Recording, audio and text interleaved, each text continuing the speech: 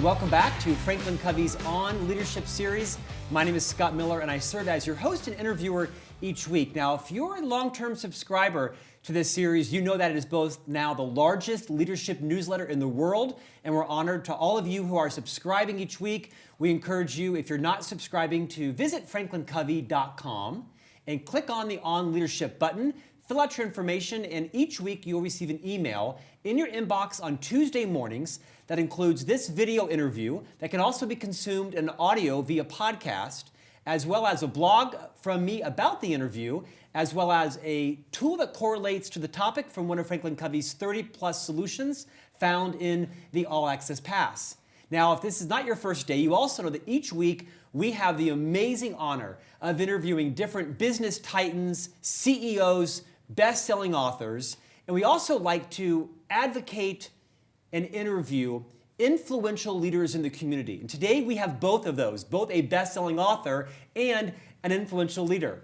Her name is Muriel Summers, and she comes to us today from the Carolinas. Muriel, welcome to On Leadership. Thank you, Scott. I'm so thrilled and honored to be here. Well, I'm delighted you're here. It's great to have someone from the East Coast. I'm a Southerner as well, if you count Orlando, so I feel like we have a bit of a kindred spirit there. Absolutely. And you're rocking the seersucker, so... Hey, what can I say? Bring it in summer. So, Muriel, you are a lifelong educator.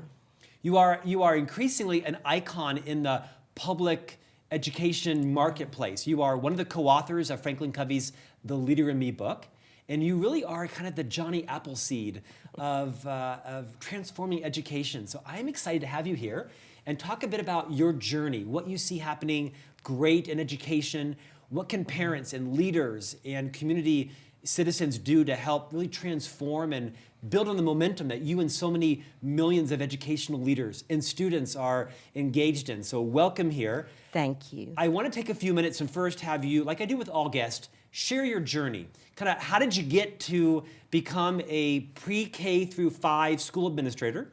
You're the principal of A.B. Combs Elementary. What city? Correct. What city? Raleigh, North Carolina. Raleigh, North Carolina. Yeah. Talk a bit about your journey. How did you choose to be a teacher and an educator, and what's that been like? Well, it wasn't by design initially that I was going to be an educator. I thought I was going to be a nurse, and felt, however, after my second year at UNC Chapel Hill that something just didn't feel right. And I walked down the street and came across a group of children playing on a playground, and I just stood there and I watched the sheer joy that exuded from the children and from the teachers, and the laughter and the happiness, and I thought, well, maybe this is what I need to do. And went to the School of Ed the next day, and the rest is sort of history. I do come from a family of educators, and I'm very proud of that. But once I started taking my coursework, I knew I had found my life's calling and my passion. This will be my 40th year in education, and there's never been a day, I can honestly say, that I did not love driving into a schoolhouse. I've never referred to what I do as going to work, but rather going to school. And the joy that I find there every day is what continues to keep me in the schoolhouse. I want to be you when I grow up, because I don't see joy in my kids' face every morning. Well, we should. We should. Yes, but you haven't met my absolutely youngest. Well, let me meet him. Well, maybe you can fix him. Or fix me, because I think he's probably just fine. Yeah. So let's talk about why we brought you here today. Because you're multidimensional, right? You have a family, you are a community leader, you're an educator, you're a school principal, but you also are an innovator, you are an inventor. And I'd like you to share with our audience what your association is with the FranklinCovey Company, and maybe more importantly with Dr. Covey. Rewind how many years ago, and kind of share with us the story of how the 7 Habits inspired you, and what was your association, what motivated you to begin to bring the 7 Habits into public education? When I was assigned the principal of A.B. Combs Elementary School, the timing of all of that, as I look back, was so critical in terms of why I'm sitting here today. Columbine had just happened. And this is how many years ago? This was about 20 years ago. 20 years ago, yeah. Columbine had just happened. I had just been assigned the principal of the lowest performing elementary school in our district. I later found out that 5 people had been offered the position at A.B. Combs, and I was the one that said yes. 5 had turned it down prior to you. Absolutely. Kind of like White House chief of staff right now, right? Yeah, we could say that.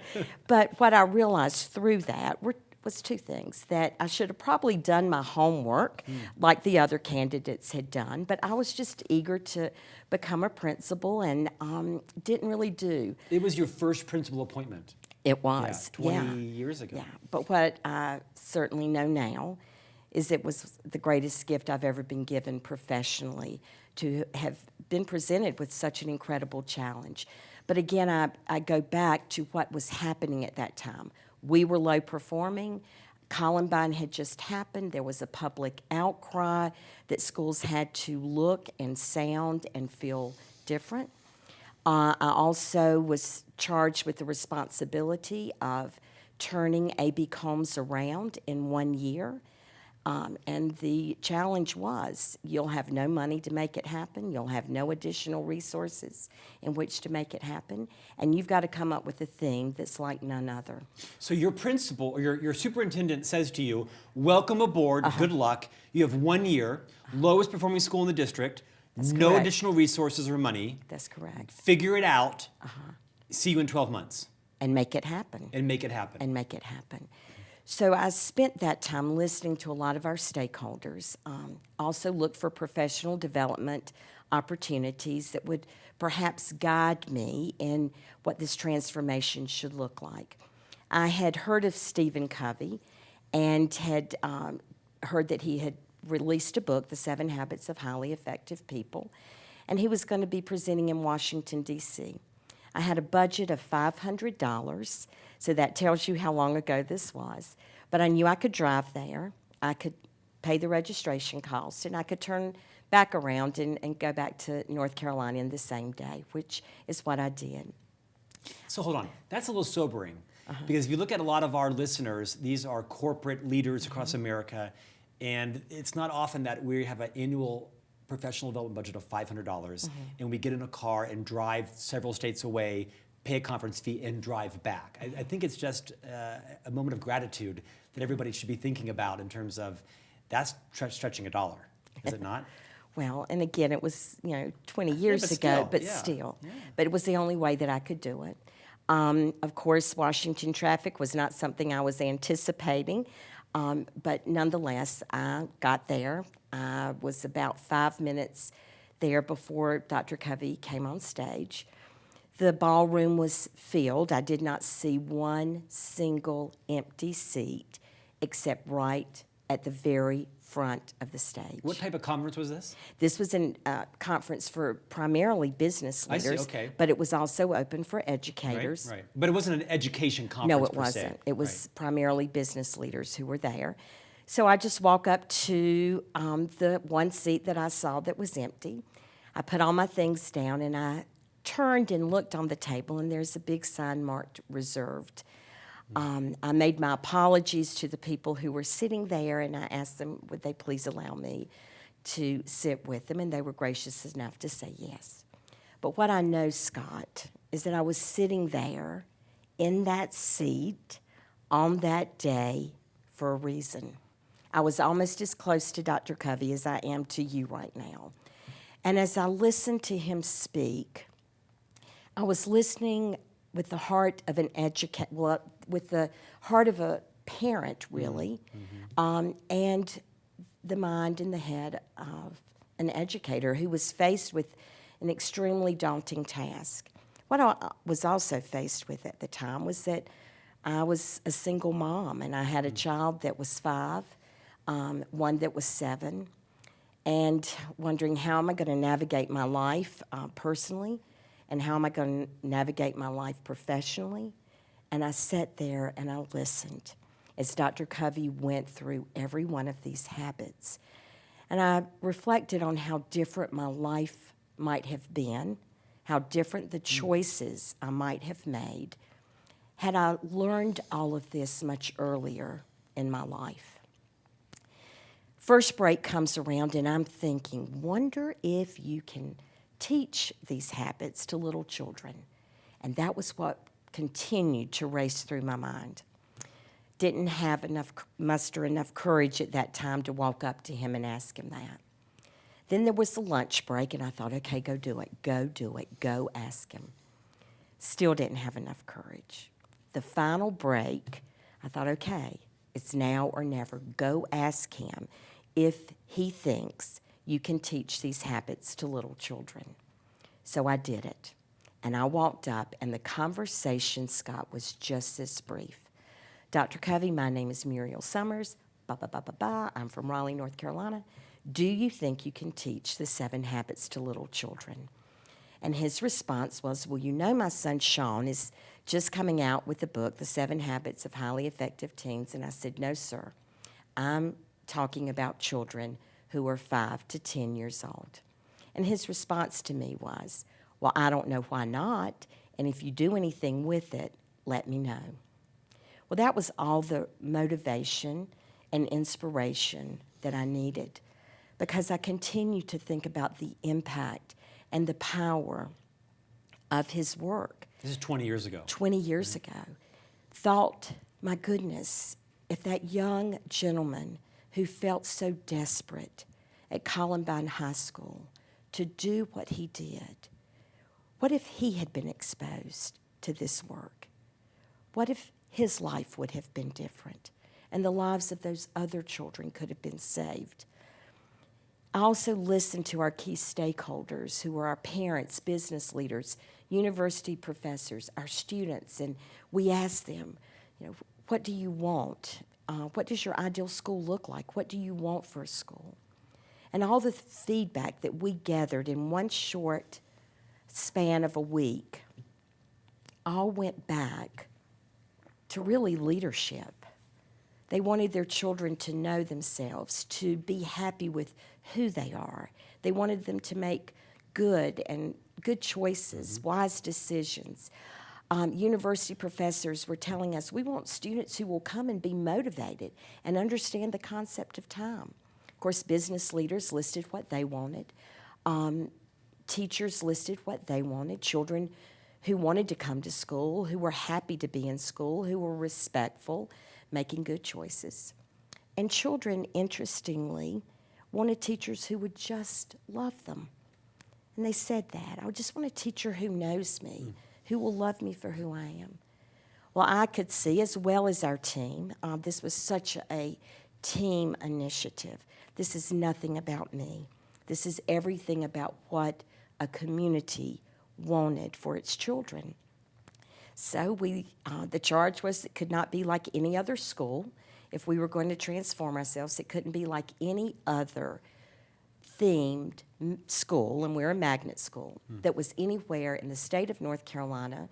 The superintendent was Dr. Jim Surratt, one of the greatest visionary leaders I've perhaps ever worked for. But he issued us an incredible challenge. But what he also did was issue us the most unbelievable opportunity that our community really has ever experienced in terms of what we do for our children. So you started kind of incubating the 7 habits immediately. We did. Tell us about that. Well, we did. There was no framework to follow Right. then. There was no leader in me like there is now. Right. We just took Dr. Covey's book, and we started to see how we could apply his principles, the habits, into the day-to-day teachings of children. So the rest is sort of history. Fast forward, what changed? Everything. The culture changed immediately. We started to create a school that was really designed by children. We asked children, how do you want this school to look? And we started to design it based on what they wanted. And I think that's critical. Our children are our greatest source of inspiration, information, motivation. And so why not go to them and ask them what they wanted? So that's what we did. Yeah. And we started to teach the habits in the best way we knew how. Now, please remember, we didn't have a consultant at that time. Dr. Covey said, well, if you do I don't know why not, if you do anything with it, let us know. So we started to pull books off of the bookshelves in our school media center. We said, we can teach the habit of be proactive through the little red hen. We started to put in front of our children outstanding models of leadership, whether they were characters in a book or a local community leader who came in and talked to children as young as 5 years old about what it takes to make a difference and what it takes to lead and to serve, the importance of learning, but also the importance of being compassionate and kind. You see, I have a student body of children from over 68 countries. In Raleigh, North Carolina. And I have a little United Nations Right, there. right. And so teaching children at a very young age to lead and to learn and to love and to serve really is what we're about. The transformation was phenomenal. So over the course of more than a decade, you and your administrators and your teachers and students and parents build this 7 Habits course.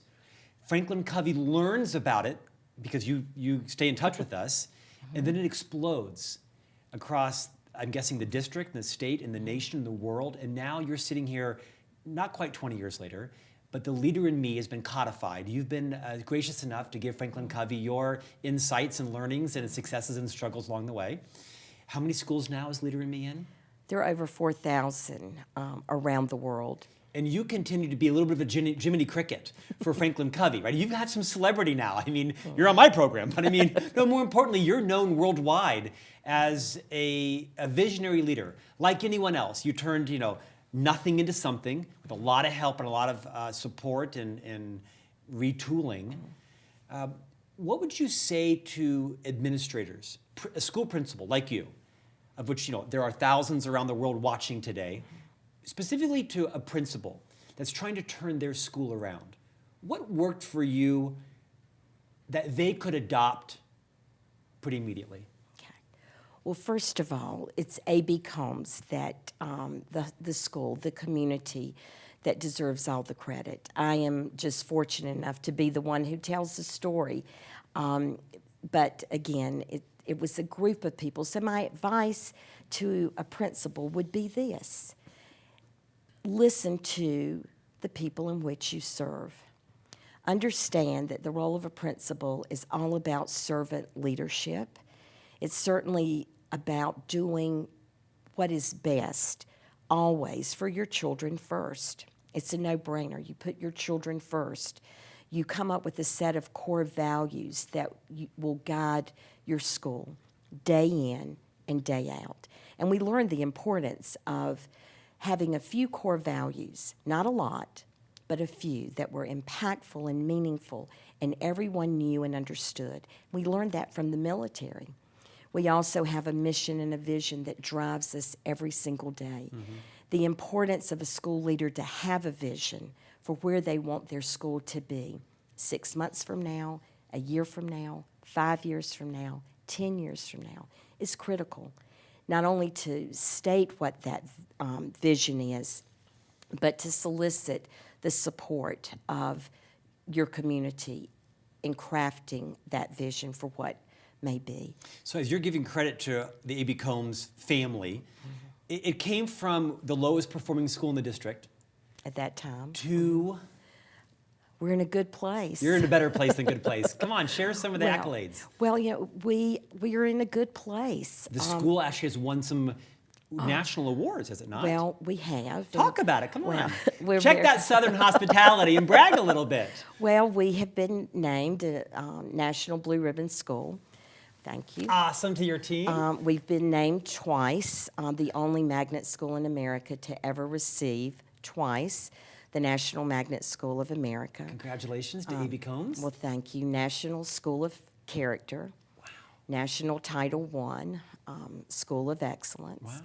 Wow. And there have been a few others, and You got to keep your job. Well, it's more than that. It's about validating that the work that that school embarked upon was meaning something. But it also, Muriel, and your humility is, inspiring and contagious. And we know that leaders are the leverage point. And as much as you're a gracious Southern lady, you're going to always give credit to the team, and as you should. And leaders are the leverage point in any culture. It takes a leader that is motivated, that cares, that loves, that's hungry, that wants to build a culture and try new things and create some risk tolerance, and you did that. I'm guessing you had a leader that allowed you to do that in your superintendent, but the role of leader is everything. Talk about, speaking of leader in me. In a nutshell, for parents, for social community leaders that are interested in transforming their school, what now has come of your and your team's initial risks to become leader in me? Talk about the process for a moment. I think we've created an operating system that allows children to lead and to learn and to serve. You know, most schools are focused on the academics, and that is our core business, and I don't mean to minimize that at all, because that is our core business. But until children feel safe, till they feel that they're a part of a school, that their role matters, we're not going to get the best out of them. So what I see the leader in me being is an operating system, a framework that helps schools provide children with these opportunities to be all that they can be. And Scott, after doing this for as long as I now have children that are in the workforce who are doing amazing things.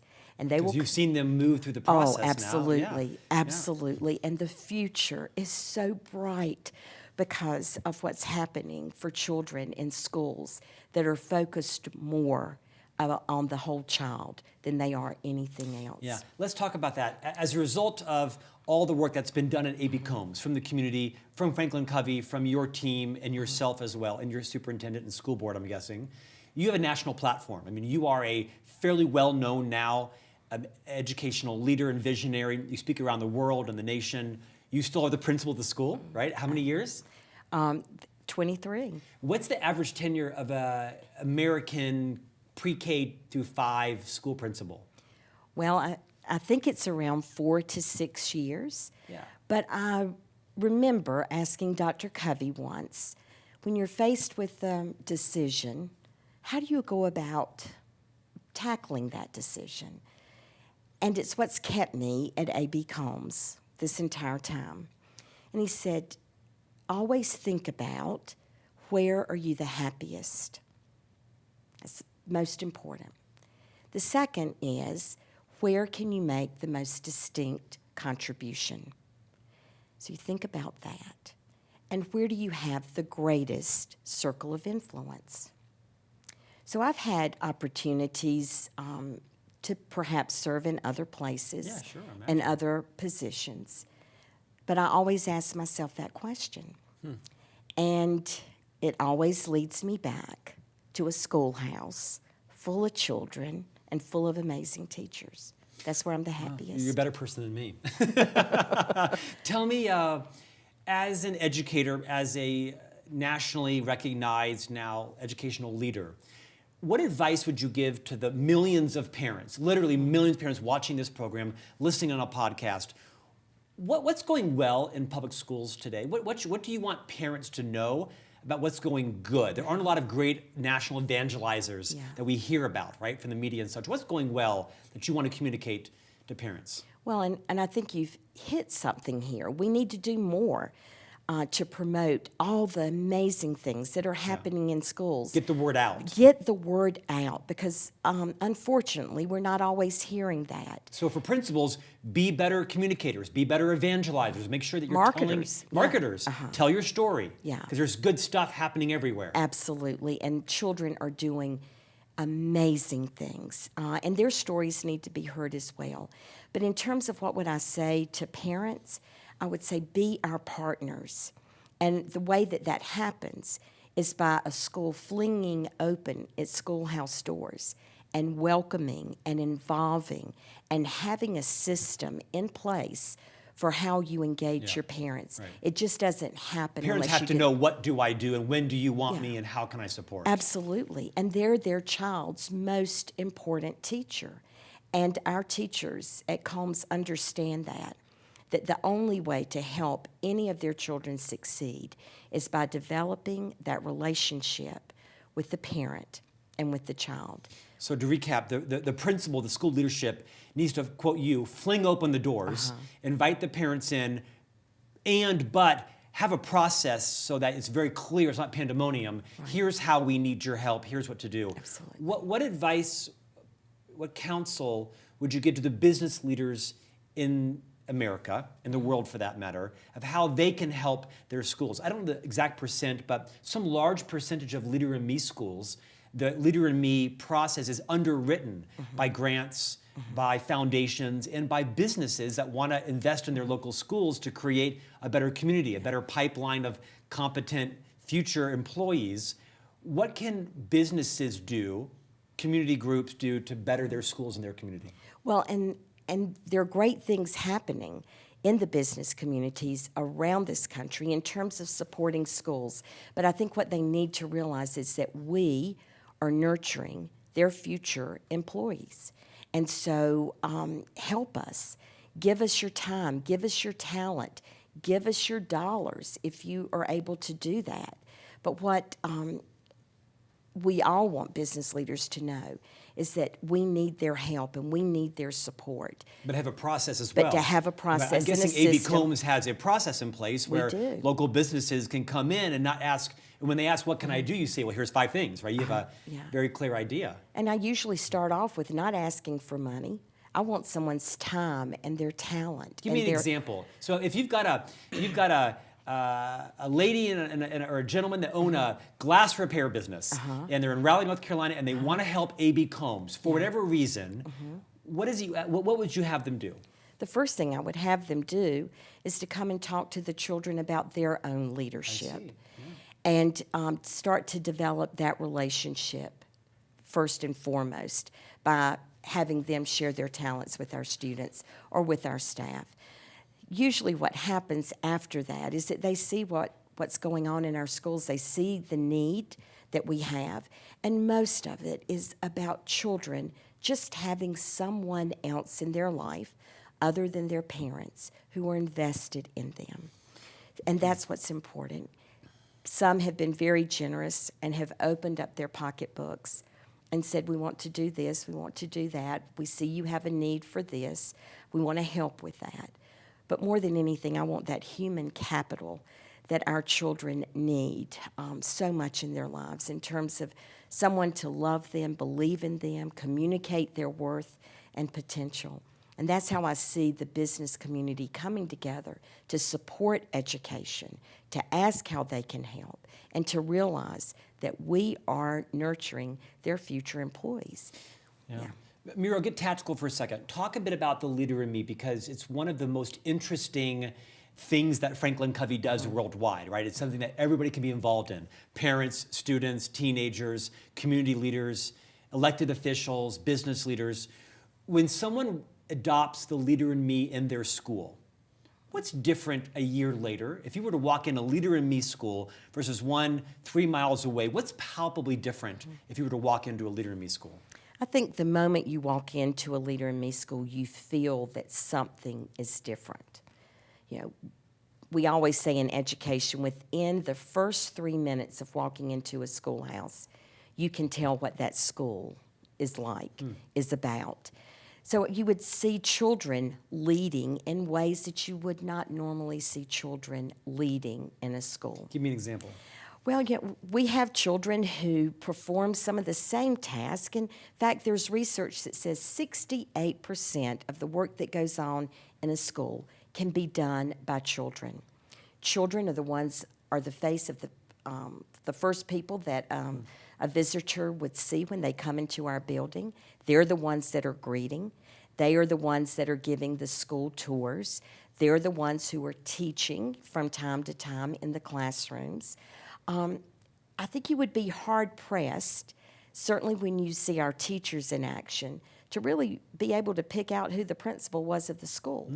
Because everyone is leading and serving and giving their best contribution. So that's kind of a good sign. If you can't immediately tell who is the principal, that's a good thing, because there's so much leadership going on, they're not standing out. Absolutely. Yeah. It's a team approach. Whoever's given the problem owns the problem. There's no micromanaging. We're all in this together. Children advise me at least 2 or 3 times a month in a system that we have in place to solicit feedback from children. I get feedback from our parents twice a year, at least. So we're always asking, how can we get better? And we're also saying, how can you help us? When you walk into any Leader in Me school in this country or around the world, you see children in action. Yeah. You see happiness. You see joy. I've been in one of the schools. It's exactly as you're describing. Our time's coming to an end. I want to ask you a couple final questions. Okay. Speak to the disenfranchised educator, librarian, administrator, superintendent, school board member that's listening today. What would you say, maybe ubiquitously, to give them a little bit of hope on what their role is, how they can breathe some life back into their passion for education? A lot of teachers are fleeing education for the funding and the safety and for the politics and such. Any advice you might give? Don't mean to put you on the spot, but how can you make your love for education contagious for the millions of people who are choosing to give back but are questioning that choice? I think as a nation, we need to reevaluate the messages that we send to our children and to our teachers. When children think that their worth is defined by a score on a piece of paper, that's a problem. When a teacher thinks that their worth, that their success as a teacher is defined by the collective efforts of children who have taken a test one day in a year, that defines them, that's wrong. Children are so much more than that. Teachers are so much more than that. Teachers need to fall back in love with teaching again. And I think that is our goal as educators, as leaders in the community, to ensure that that happens again. You're saying a disenfranchisement's happening with educators because teachers are being evaluated and judged on almost solely the academic success of this testing or such, which is important. Everybody wants their kids to learn the skills and move through and go to college and such, but it's more multidimensional than that. Well, and I will tell you, I've yet to hear a business leader really talk too much about what a algebra score. Algebra score Exactly. is. It's these skills of communication, leadership, Amen. kindness, compassion, that the softer skills, but to me, some of the most important skills. I'd argue the most important. I mean, I would too. I'm not running a science lab. Yeah. I would never be allowed to do that. Right. But of the 40 people that were on my team, I don't think I cared if anybody could do algebra. No offense to the algebra teachers out there, but I need them all to take responsibility for their actions, convert their thoughts into writing, be good communicators, good collaborators, admit when they're wrong, brainstorm, resolve their interpersonal problems with 50-year-olds, right? Yeah. It's all the things that you're teaching in the Leader in Me. Well, I think we respect our teachers in ways that they deserve to be respected. They have the most important job, I think, that we have, and that's developing and nurturing. And sadly, protecting. And protecting our children, absolutely. Right. Yeah. And then I think we send a message to every one of our students on a daily basis. We believe in you. You have incredible gifts and talents just waiting to be uncovered. And so when a child hears every day that they're loved, that they have worth, that they have potential, that you design instruction based on the interest of a child, great things can happen. And I am over the moon, hopeful and optimistic that this generation of children will indeed change this world for the better. And I can't wait for that to happen. I love just listening to you. My blood pressure is lowered just by being around you, Muriel. Well, thank you, You Scott. have this great book. You're a co-author on The Leader in Me with FranklinCovey and a couple of other colleagues. You've had an amazing impact on the family at A.B. Combs. You've defied the conventional tenure of a school principal by a couple of decades. What's next for you? I'm exploring that right now. Yeah? You know, after you've been in education 40 years and people will say... Well, you're looking good. Well, thank you. They will say, when are you going to retire? And then you wonder, well, do they think I should retire? Right. But I'm I'm searching You for got some that right now. options. Well, That's I hope right. I do. Yeah. I hope I do. Well, you've got a but- clear home at Franklin-Covey. So Well, if you thank want any you. options here, I'll be happy to sign you up because I think you have been an enormously credible evangelizer Thank you. for the principles that Dr. Covey didn't invent or discover. Named, researched, organized, sequenced, packaged, that hundreds of millions of people around the world. This is the 30th anniversary of the 7 Habits book this year. It's sold 30 million copies. We're actually re-releasing it in April of 2020 with some new insights from Sean Covey. So it's almost as if Dr. Covey's work 30 years later is just getting started because points of like Muriel Summers, are evangelizing these life principles in college, elementary schools, in businesses, in universities, in public programs. It's all around the world. Thank you for your mission in education. Thank you. Thank you for being a great leader to your students and your parents and for an inspiration. And I hope FranklinCovey keeps you around for a very long time. Well, thank you, Scott. It's been an honor to be with you this morning, and thank you for the difference that you make as well. Well, Muriel, it's all you. Thank you so much. Thank Thanks, you so Dr. much. Covey. Right? Absolutely. What a fine gentleman. Absolutely. Hope you enjoyed the conversation. Like you, my blood pressure is at lowest ever. I just need you around me more often. Might save my marriage. 10-year anniversary next week, as a matter of fact. I know. Very excited.